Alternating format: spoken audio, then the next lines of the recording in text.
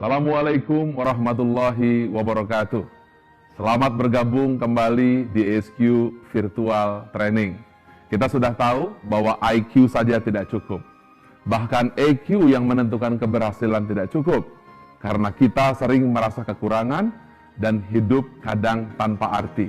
Bekerja pagi, siang, sore, dan malam, tapi kita tidak tahu untuk apa semua itu kita lakukan. Kita sibuk mencari yang diperlukan untuk hidup, tapi kita lupa alasan kenapa kita hidup. Albert Einstein pernah ditanya, "Einstein, apa yang kau akan tanyakan apabila engkau bertemu Tuhan?" Einstein menjawab, "Saya akan tanya, bagaimana kau ciptakan alam?" Lalu Einstein menambahkan lagi, "Dan yang terutama, saya akan tanya, mengapa kau ciptakan alam?" Mengapa engkau ciptakan alam adalah arti hidup. Bagaimana engkau ciptakan alam, itu adalah bagaimana kita hidup. Oleh karena itu, kecerdasan spiritual bukan hanya menjawab bagaimana agar kita hidup, tapi kita harus tahu alasan untuk hidup. Tanpa pemahaman alasan, kita akan hidup dengan kekeringan. Tanpa alasan mengapa kita harus mempertahankan hidup yang penuh dengan ujian dan cobaan, kita akan penuh dengan goncangan. Kalau kita tahu alasan untuk hidup, maka kita akan mampu menanggung beban seberat apapun. Artinya, kemampuan manusia untuk mencari alasan itulah kunci kekuatan, sekaligus kunci kebahagiaan. Saya ingin sampaikan kisah tentang Edgar Dean Mitchell.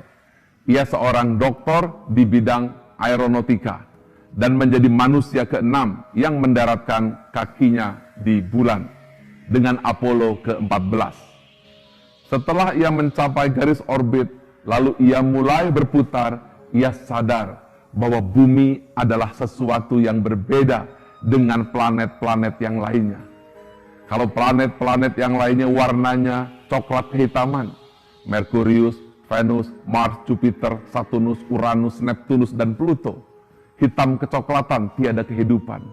Ketika melihat bumi, warnanya hijau kebiru-biruan. Disitulah Edgar Dean Mitchell sadar bahwa bumi adalah suatu ciptaan yang sempurna, sesuatu yang penuh dengan kehidupan yang begitu terpelihara, sesuatu yang indah yang dihuni oleh 5 miliar manusia. Berbeda dengan planet-planet Merkurius, Mars, Jupiter, Uranus, atau Neptunus tanpa kehidupan. Di situ ia sadar bahwa bumi adalah sebuah ciptaan yang harus dijaga. Kemudian ketika ia berada di balik orbit kegelapan, ia sadar dirinya hanyalah setitik debu. Di situ ia mendapatkan pengalaman spiritual yang sangat mendalam yang kelak merubah hidupnya.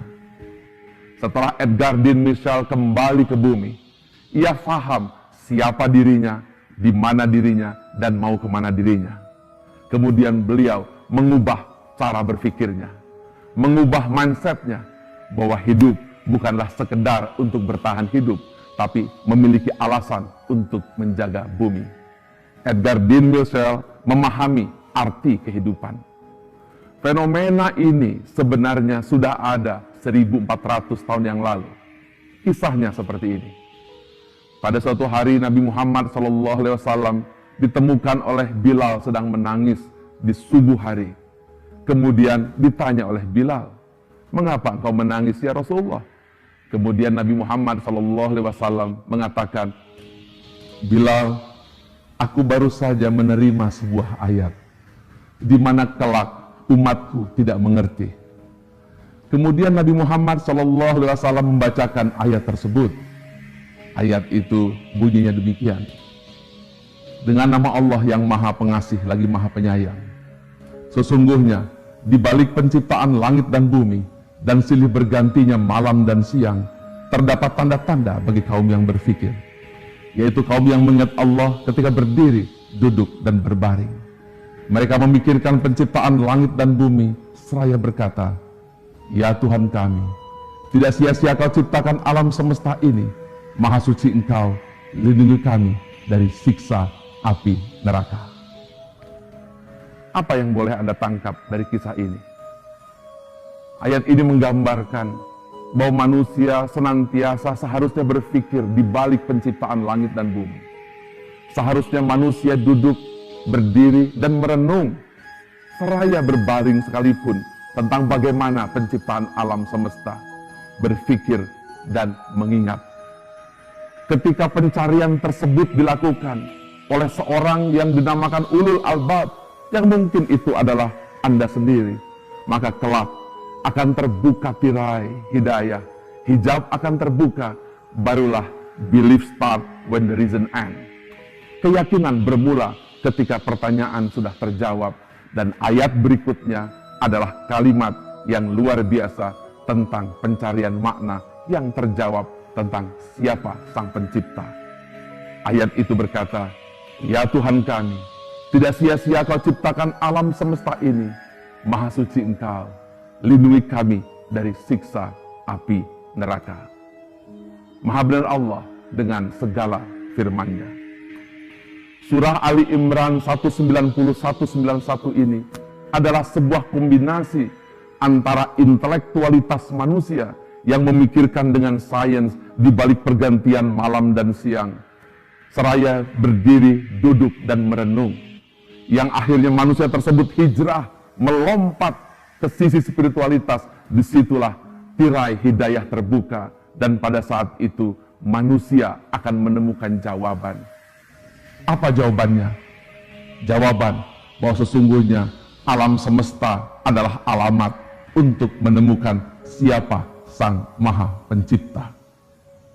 Inilah yang membuat manusia terlupa.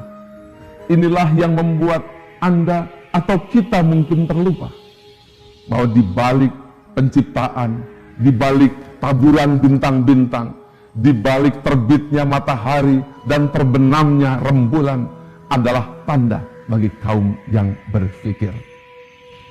Mudah-mudahan ini semua memberikan wacana tentang arti alam semesta di mata manusia yang mempergunakan akal, otak, dan hatinya.